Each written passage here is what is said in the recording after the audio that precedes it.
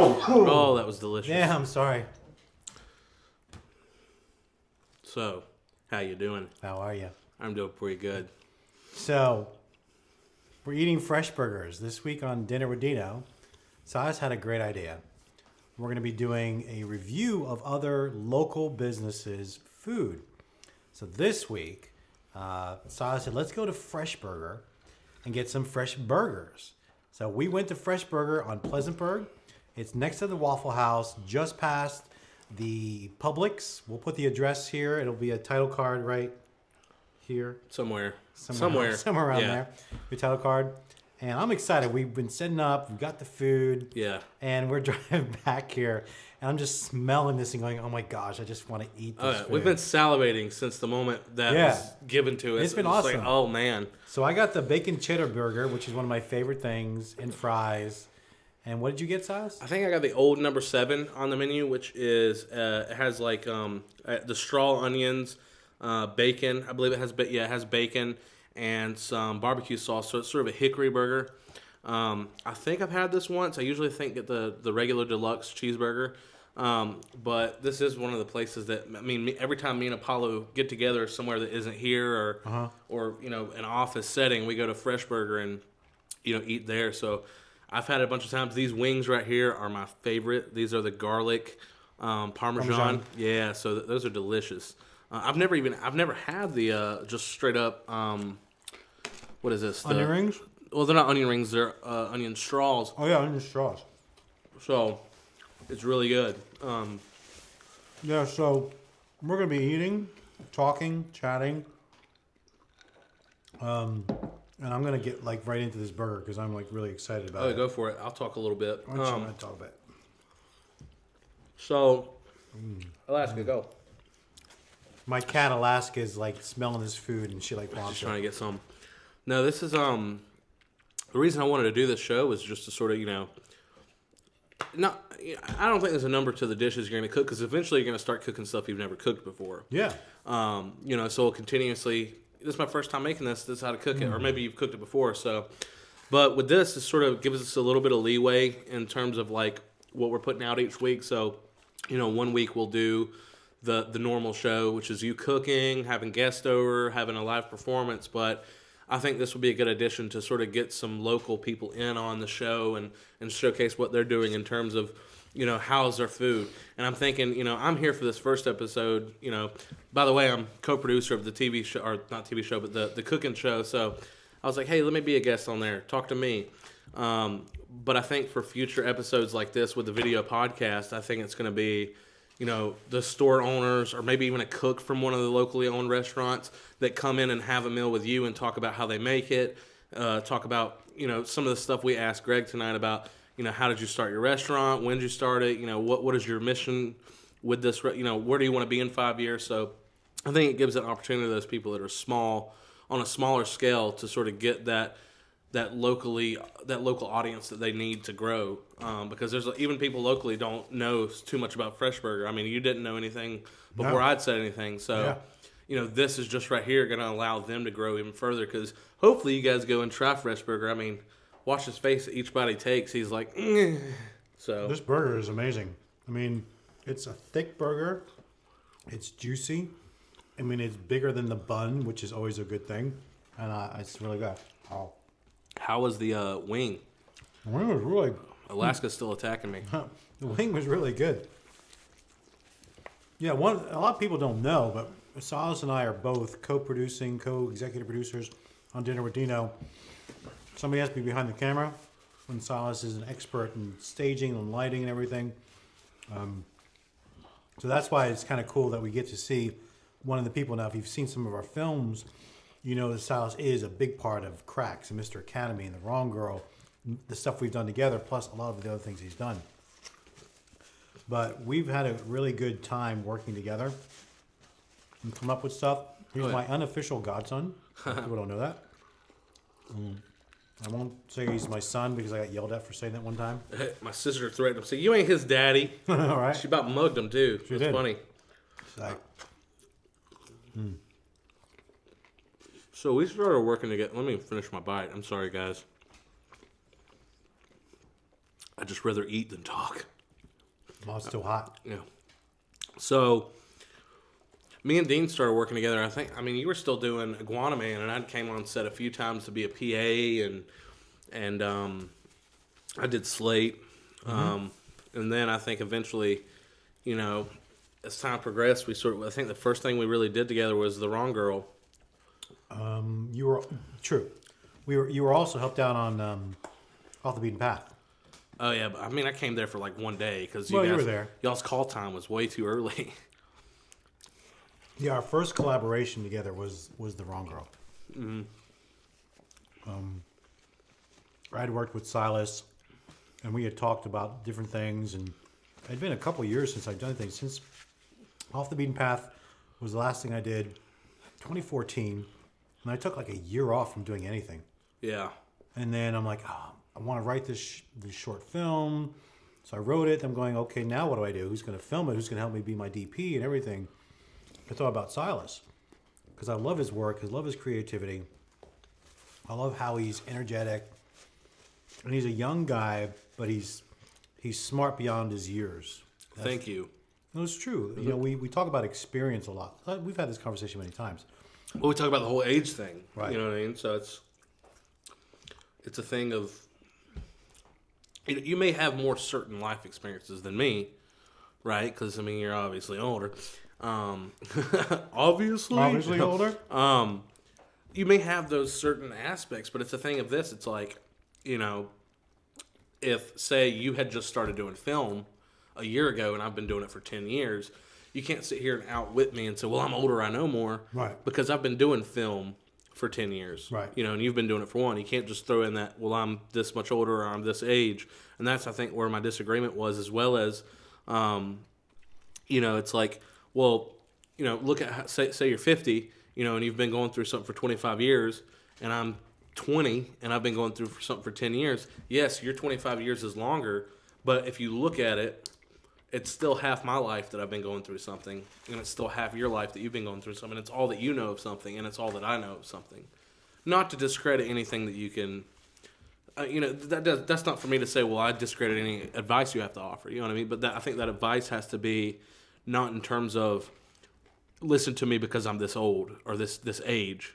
Not calling you old, but this age. You know what I mean? So it's a thing of that. You know, when you talk to somebody, I don't think age should ever be ageism. Shouldn't ever be brought up. I mean, it's a thing because you're never going to get through to somebody that's younger. You know, I can't sit here and look at my little brother and be like, well, I'm 20. I'm 2 years older than you. Listen to me. No, I need to approach it like, what did I get out of that experience? You know, how did I get through that experience? But yeah, so that's sort of me and Dean are just constantly like at this philosophy thing of like, I don't know, I think, what is it? We're both the alpha male. We're both like, let me direct. I mean, I think we actually did better on Cracks than we did on Mr. Academy. Cracks? So? Yeah. I mean, because remember when we were at Furman when we filmed Mr. Academy? Oh, yeah. You went off on me, man. We had an argument. Yeah. Yeah. You had this thing in your eye where I was like, if he tries to hit me, it's going to be the last thing he ever does. And there was moments really on Crack, but I don't think there was ever a moment between us really. I mean, anytime we talked to each other on Cracks, yes, there was issues, but we never dealt with it to me, I don't ever think we dealt with it with anger.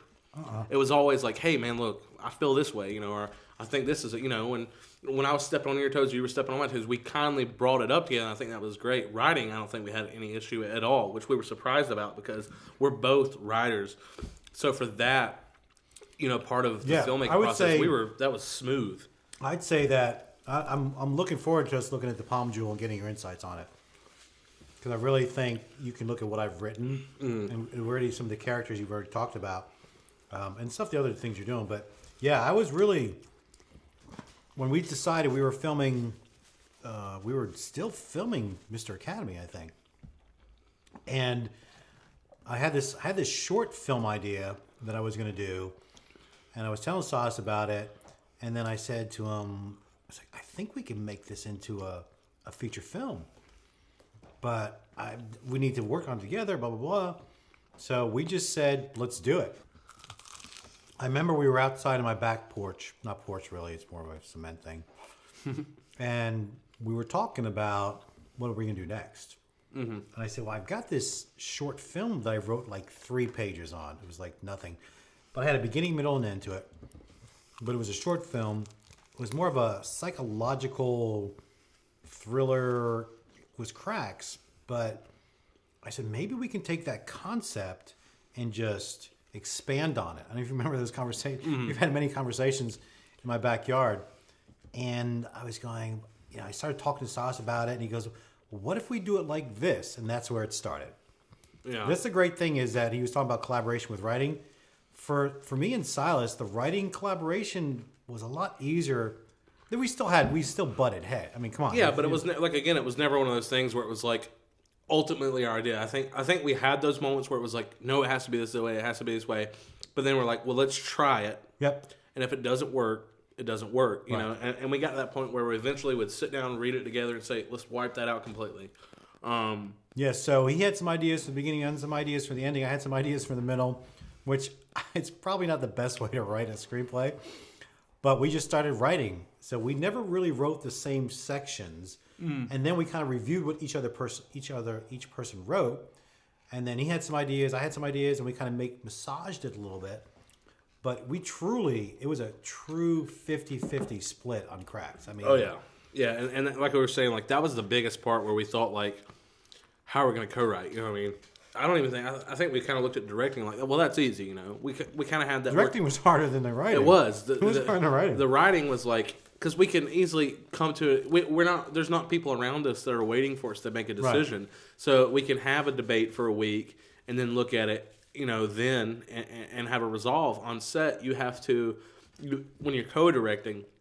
You have to have sort of almost an immediate, decision, mutual decision. So that I think that's where the issue comes in. Is it has to be immediate. There's no time to sit on it because you got to keep it moving. I remember we were sitting there because one of the reasons I wrote the Cracks idea, I was at the South Carolina Underground Film Festival.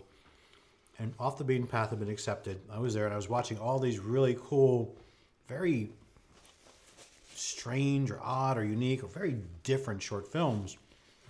And I said, I want to write something weird. I want to write something different. So I started thinking about it. And then I came up with the idea of Cracks. And actually, it was originally called Cracked. And then we wound up changing it to Cracks. So that's how the idea kind of started. But to expand on it, so what I was saying is that the reason I set it in a house is I wanted to have something very, I would think, simple to film. Oh my God, that was our like. Remember? Yes, that was our biggest thing. Was like, let's keep the cast minimum. Mm-hmm. Let's keep our cast minimum.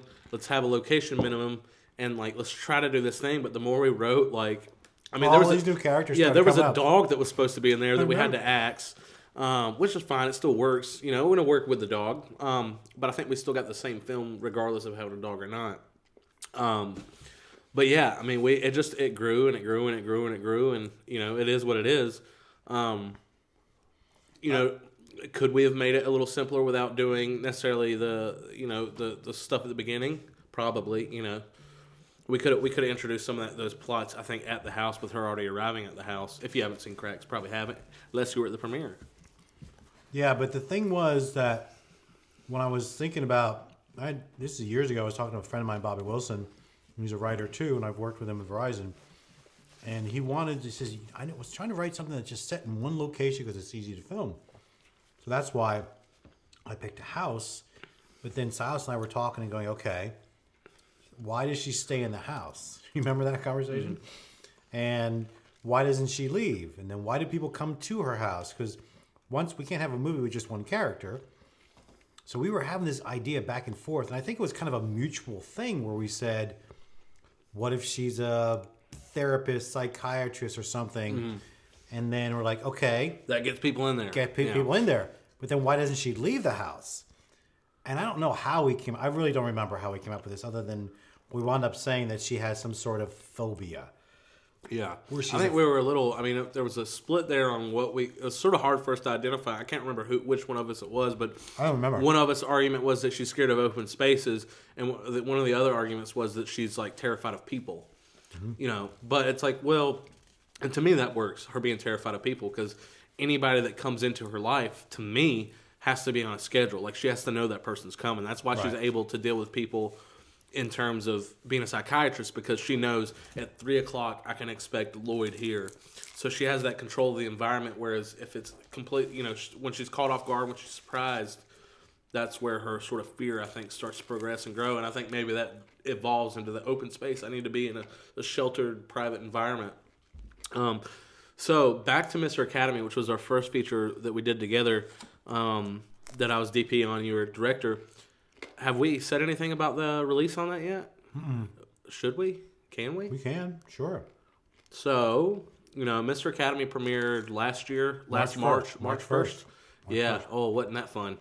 It was fun. That was, I'm saying, the whole story behind that. Wow. Yeah. No one really knows that story. Yeah, it's wild. That's the second time something like that's happened to me. Do we want to tell them that story? I think we go into it, but first we'll say Mr. Academy is going to be on video on demand. I think it's going to be in certain retail stores like Target and Walmart on DVD coming June 1st. So I would say, to be safe, summer of 2019. Yeah, we have a summer release though. So, and I think it's a perfect summer movie. Mm-hmm. So that's finally cool for us to be having something. Insert picture of Mr. Academy here. Yeah, here. Yeah. So, the nightmare of the Mr. Academy premiere. Gee, how much of that story do we tell? And how do we start? Okay, let's start like this, and we'll work backwards. I think that needs just a little bit of a drink. Is it what? By the way, there you go. We are drinking Diet Sunkist with Tower Vodka, which we purchased at Total Wine on the shops at Greenwich. I think Tower is actually one of their brands that they sell. Mm. If you like Tito's, which I like Tito's, this is smoother than Tito's. Teeters. It's my first drink. It's smoother than Tito's and actually a couple dollars cheaper per handle. So if you want to get a really great vodka, it's like $22. Wait, $24 plus tax. And it's really, really good. Paired with Diet Sunkist, keto friendly. Obviously, French fries are. So why don't you start the story about Mr. Academy? The premiere of Mr. Academy, which was an amazing night. We rode up in a limo, which was pretty awesome. Which nobody, when we rode up to the front, nobody was waiting out there for us. I think it was really, for me, it was just being inside that limo was cool. I've never been in a limo, so that was pretty cool. Okay, so here we are. The movie starts at 7:30. Everybody is in the theater waiting. Meanwhile, Dean is at the front of this theater wearing this awesome tux. We both had the tuxes, and he's talking to people about the movie. He's telling them, he's talking. Meanwhile, people are ready to see the movie, and I'm back at the house, which is probably 2 miles from here. Right here, waiting for the movie to finish rendering. Literally, we have a crowded theater. It was packed. Yeah, there was people we didn't know. There was people we did know. It was packed. We had to even pull in additional chairs to the theater. Yeah, we've rented 30 extra chairs. Yeah, we had to line the sides of the theater with aluminum folding chairs. That's how packed it was. So it finally finished right there when the show was supposed to start. So I gunned it back to the theater, hooked it up to the projector, walked in there, and then you were like, "There's Silas," and then it was just like, dude, that was the most applause I'd ever gotten. So thank you for that.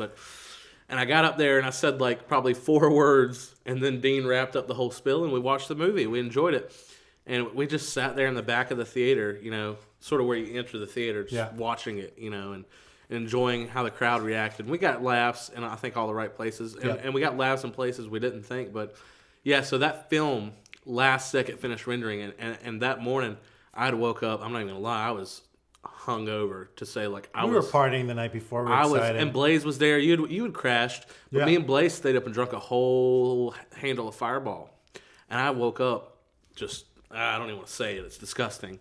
But I was let's just say I was a mess, and I woke up and Dean was in full panic mode, and I was too. Well, the reason I was in full panic mode, so I wasn't when we were partying. I went to bed early. I was just anxious and nervous. So I got up. I went to Silas's computer, and it was rendering. I said, "Okay, it's rendering. It's like 9 o'clock. That's okay. It was at like 80%, 85% or something. Then it was at 90%. I'm watching it shed about another hour, where it's cool. At 98% rendered, it crashed. Yep. 98% rendered. So this is after it's been rendering for already 8 hours. Maybe not that long, but it seemed like it was rendering all this. So that's when I went out all full out mode panicking. What do we do? What do we do? What do we do? And I'm like, I'm gonna restart the render. And mind you, I'm editing on like a $800 laptop at this point. So then what happened?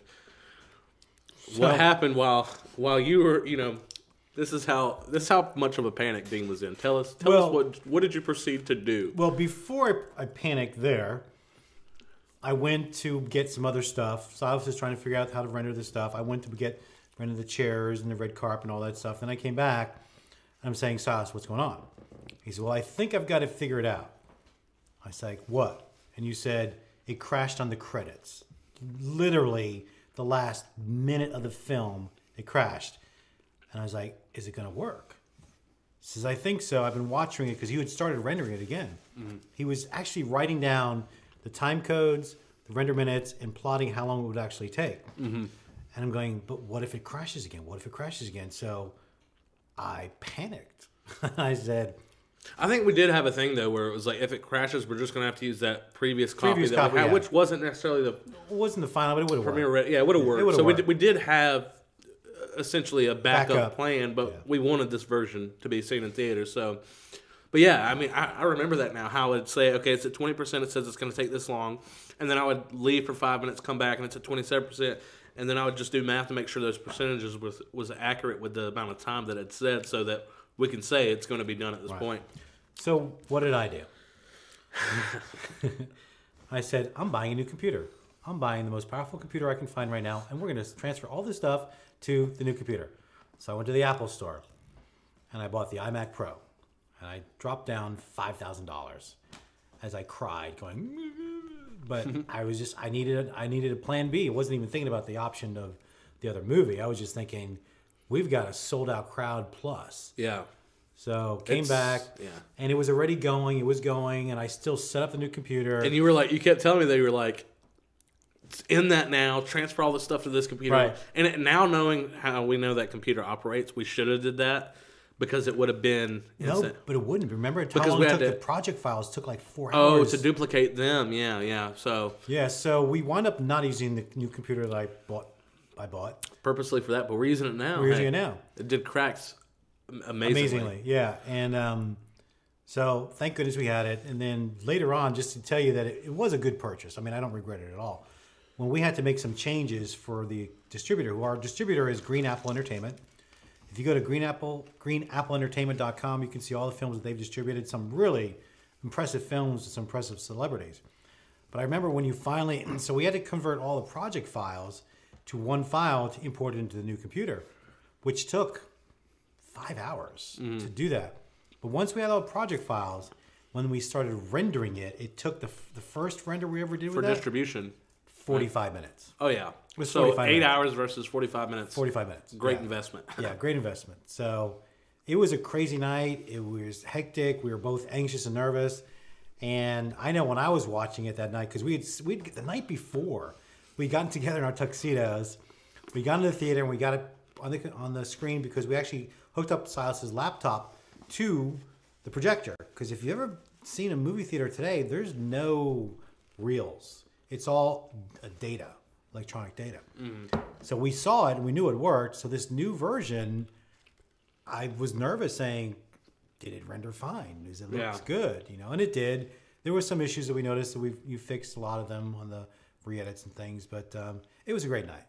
Everybody loved it. It was my first feature, his third, I think your third feature film. Yeah. Same thing happened with the first film I premiered in theaters on my 21st I birthday for Simple South. Simple South, yeah. Literally finished like 20 minutes before the premiere. And I'm never going to call it close like that again, which we did way better on Cracks. We did way better on Cracks. We were a week in advance, I think. We were in a week in advance.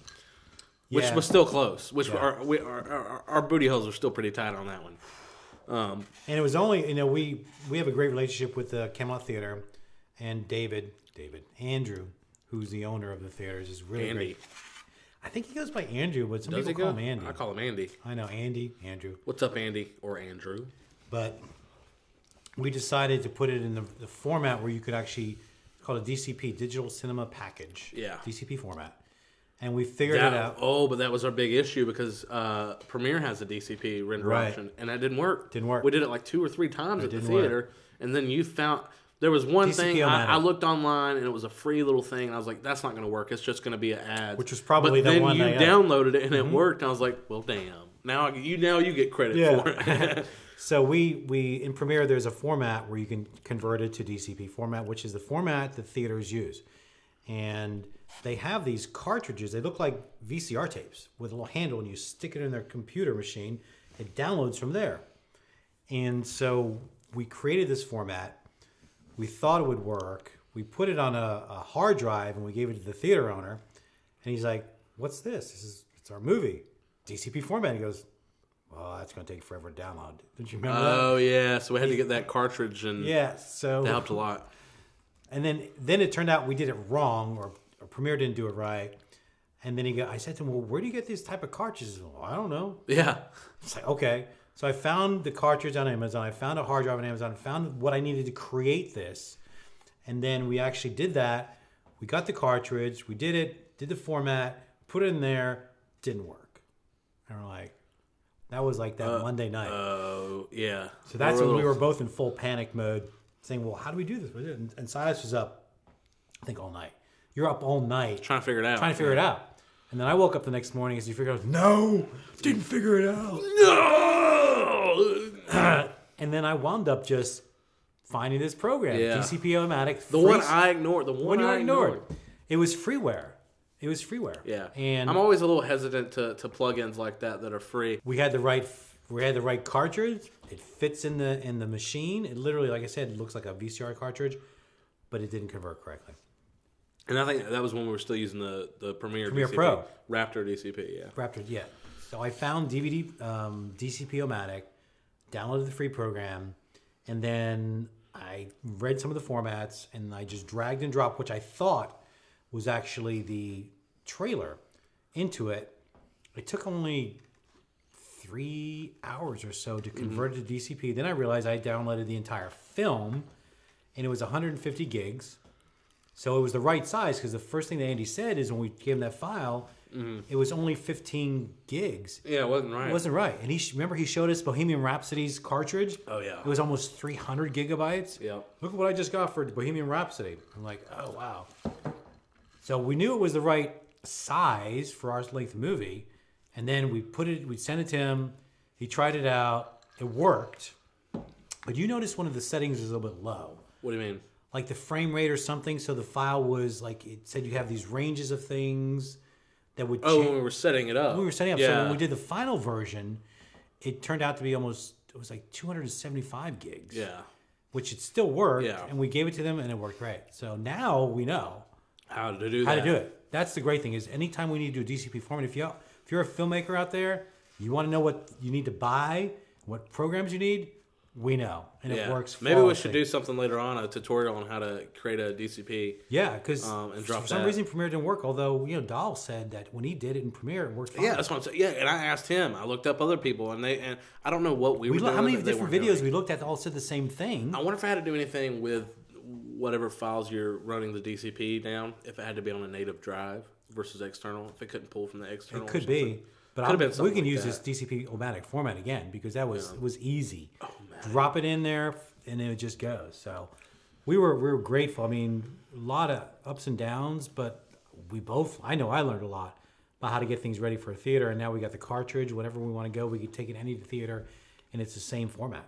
It's universal. Yeah. And I've also learned that let's not set a premiere date until the movie's done. Yeah, that was our thing. We set these deadlines, which it's fun. It gives you a little bit of a rush to set those deadlines on. Let's get the trailer out here. Let's it gives you something to work toward. But never, I don't think again do we do that until it's because I don't want to present something that's not done. And a lot of times they've been done, but we've gone back and do edits. But I want to present something where we don't have to go back and necessarily do those edits. Like people are just blown away. No, I agree because if we do it, we get it done, then we pick a date 30 days in advance. We can have the time and patience to market it appropriately because we have all the material. Yeah. And then also the things we want to change. We watch it, get another pair of eyes on it. Yeah. Have Ebony do some color corrections. The stuff that she's done on cracks. Oh, yeah. For the color correction. And then, so we had, for cracks, Silas had a great, excuse me, sorry I'm burping up food because it's really good. Silas talked about getting Ebony Wilson, an amazing artist and also a filmmaker and a colorist. He said, let's get Ebony to go through and do color correction on it because we had moved I know you say you moved kind of quick through it. Yeah. And she spent, I swear it must have been like 15 hours color correcting it. And the footage looks beautiful. Just totally amazing. And then we asked Matt Morgan from Sit and Spin Studios to go through the sound because there were some levels that were off, some things, room tones, and just sounds that were really, really weird. And he spent probably a whole day on the sound design to fix that. We have a whole new movie. Yeah, it's completely different. Yeah. We have a whole new movie. I'm excited about it. I sat down and kind of briefly watched it on my computer, but I want to go in there and watch it because I got it uploaded to Vimeo private to see the full effect. Yeah. Because I'm just blown away by the color. It has this cinematic horror look, very 70s, 80s look. Oh, to yeah, it I think now. it's very 70s. Oh, yeah. To me, that's how I think we should It has a very market similar it. look to The Conjuring. Ooh. It does. Ooh. If you've watched Conjuring, right? I have. That's a great thing to hear. Conjuring's That, huge. Yeah, that huge. whole It's huge. film to it kind of got a washed, but yet same time has a lot of good saturations in the color. Yeah. That's what it reminded me of what she did. Oh, yeah. It looks great. But we're about to have to call it quits on this. So let's spend this last 5 minutes that we have and sort of talk about how we enjoyed this meal. Like I said, I've been to Fresh Burger before. I think it's delicious. It's fresh. It's obviously in the title, and it's in the food. It's not just a title. It is the food. Right. It's all fresh. It's all good. I mean, there's so many flavors going on here. There's, especially with the wings, there's a select few options. I think there's like probably 8 options there, but they're all delicious. The onion straws, that was my first time having those. I mean, I guess they'd come on the burger, but those were great. It sort of reminds me. It's basically like a burger joint's version of the bloomin' onion. I mean, you have that sauce that sort of goes with it, and it was delicious. So I would definitely get that next time. What were your thoughts on the quality and the size of that burger? Well, I was about to say, that's the first thing I was going to say. The burger was meaty. Yeah. The burger was thick. The burger was bigger than the bun. The joke when I was back a kid is, where's the beef? Because the burger was smaller than the bun. You don't have to worry about this. And there's so much food. You can see we still have some food left over. And it's not because we didn't like it. It was just so much.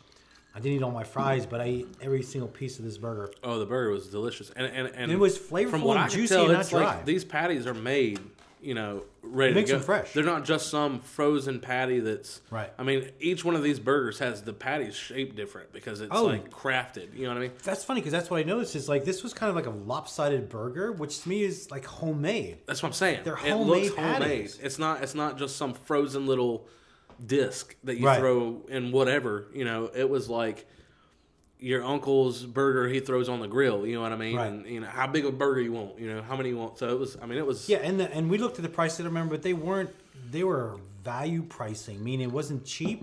It wasn't sitting down at a restaurant. To me, the prices were worth what you were paying for. They weren't that expensive. To me, the prices sort of matched the prices of Zaxby's. Zaxby's is fast food, whereas Fresh Burger's not necessarily fast food. That's what he was saying in the interview that you guys saw, is that it's not necessarily fast food, so it does take 3 to 4 minutes longer than what you what you usually get. Right. But he says that I hope it's worth it, and to me it is. I mean, it's so good. But yeah, the pricing to me is sort of reflective of Zaxby's, which is a little bit more. I mean, it's not like going to Red Lobster or something. Right. It's not those sort of prices. It's. I would agree with you. Yeah, it's on that scale of that. Yeah, and the fries were great. I didn't eat all the fries. I'm trying to not eat too many fries. I know. I'm like so stuffed, but I keep looking at those, and I'm like, oh, I know. one more We still bite. got some wings. The I'm wings gonna were have one more great. bite. I love the onion straws. I'm a big onion straw fan. I like onion rings, but a lot of times onion rings are too thick and meaty, too much onion. Mm-hmm. I like them to be thinner and crisper, and the onion straws were great. So I give this. I know that just because we're doing it, I give this a 10. Oh, I'm gonna dude, be this back. is my burger joint. Yeah, you know what I mean. This is my burger joint going forward. Oh yeah. I was going to another one downtown on McBee. I told you it closed down, went out of business. But this is close to my house, dude. How can I beat that? And they do Grubhub. They do all of those. Oh really? Yeah, all of the. I think the whatever food delivery. I mean, they don't deliver. I don't think. They don't have delivery drivers. Right. Yeah, so they have those outsourced delivery drivers, so you can order your food. And we took this to go, but you dine in or dine out. They have a nice little dining area there. Yeah. And varieties of sodas and drinks and stuff. There's no alcohol or anything like that, so you don't expect to do that. But we can dine in, you can dine out. I believe they have a drive-through as well. Do they have a drive-through? Yeah. So, but it was great, and it really, for the amount of the freshness that it was, it didn't really take that long. Oh no, not at all. No, it's not fast food fast, which it's not supposed to be. It's supposed to be fresh food fast. Fresh food fast, right? Fresh food fast. Fast. I can't say it. All right, we're in our last minute here. All right, so let's say our goodbyes. Thank you, Fresh Burger. Thank you, Greg, for providing Dinner with Deano this meal. I'm glad that now you have a customer that's going to keep coming back being here. I'll always be there. People, Greenville area, go support local business, family-owned business. And give them the attention they need, because without you locals seeing this show and going there, and when you go there, tell them who sent you. Who sent you? Dinner with Deano. Dinner with Deano. Deano sent you. Silas sent you. So go support local business so that they can thrive. I agree. I would echo that. Please support local businesses. That's how we grow our community and make things great. Everybody have a great night. We'll see you next week with another episode of Dinner with Deano. I'm Dean Ferrer, but you can call me Deano. That is Silas. But you can call him Silo. But you can call me Silas. Cheers, man. My name's Silas. Call me Silas. Cheers to you. Cheers to Fresh Burger. Cheers to Greenville. Greenville and Fresh Burger. And cut.